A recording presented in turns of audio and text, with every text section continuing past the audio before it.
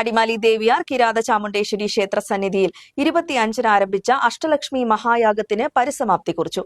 8ാം ദിനം നടന്ന വിദ്യാലക്ഷ്മി യാഗത്തോടെയാണ് യാഗകർമ്മങ്ങൾ അവസാനിച്ചത്.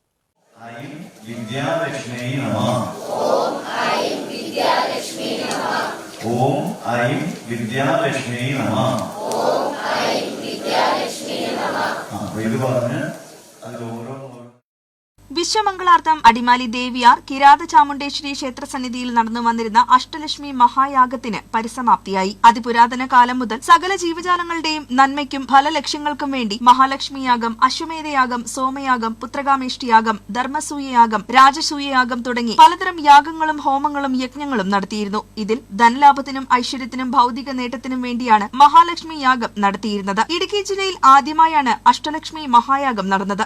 8 ദിവസങ്ങളിലായി ശ്രീ ഗണപതി ഹോമം, ശ്രീ മഹാവിഷ്ണു ഹോമം, ശ്രീ രുദ്രഹോമം, സുദർശന ഹോമം, കുബേരപൂജ, കുമാരി പൂജ, ലക്ഷ്മി നാരായണ പൂജ, ഗരുഡ പൂജ, യക്ഷി പൂജ എന്നീ വിശേഷാൽ പൂജകൾ ഈ യാഗത്തിന്റെ സവിശേഷതയാണ്. ബ്രഹ്മശ്രീ വേദാഗ്നി അരുൺ സൂര്യ ഗായത്രിയായിരുന്നു യാഗത്തിന്റെ മുഖ്യ യജ്ഞാചാര്യൻ. കൂടാതെ നിരവധി പണ്ഡിത ശ്രേഷ്ഠന്മാരും യാഗകർമ്മങ്ങൾക്ക് നേതൃത്വം വഹിച്ചു.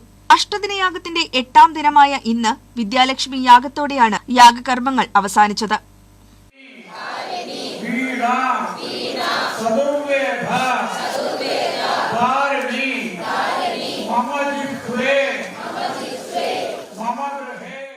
ഉത്തമമായിട്ടുള്ള ഒന്നായിട്ട് ആചാര്യന്മാർ പറയുന്നു. ഇന്ന് വൈകുന്നേരം അഷ്ടലക്ഷ്മി യാഗത്തിൻ്റെയും പരിപൂർണത ഇവിടെ നടക്കും.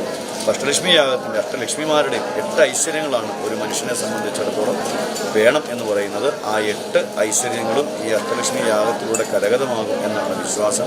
അത് 100% ഉറപ്പുള്ള ഒന്നാണ്. നമ്മൾ പറയുന്ന ആ രീതിയിൽ അവർക്ക് പ്രവർത്തിക്കുവാനായിട്ട് സാധിച്ചാൽ, എല്ലാ ഭക്തജനങ്ങൾക്കും അതുമായി ബന്ധപ്പെട്ട് പ്രവർത്തിക്കുവാൻ സാധിച്ചാൽ തീർച്ചയായിട്ടും ആ 100% വിജയം ഒരു വർഷത്തിനകം വന്നു ചേരും എന്നുള്ളത് സംശയമില്ല.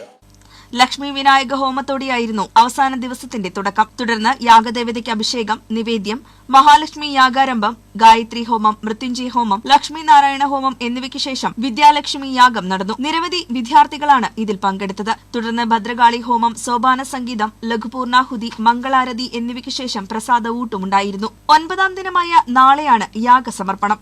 ഭക്തൻ തന്നെ യജമാനനാകുന്ന ഇടുക്കി ജില്ലയിലെ ആദ്യ മഹായാഗത്തിന് അങ്ങനെ പരിസമാപ്തിയായി.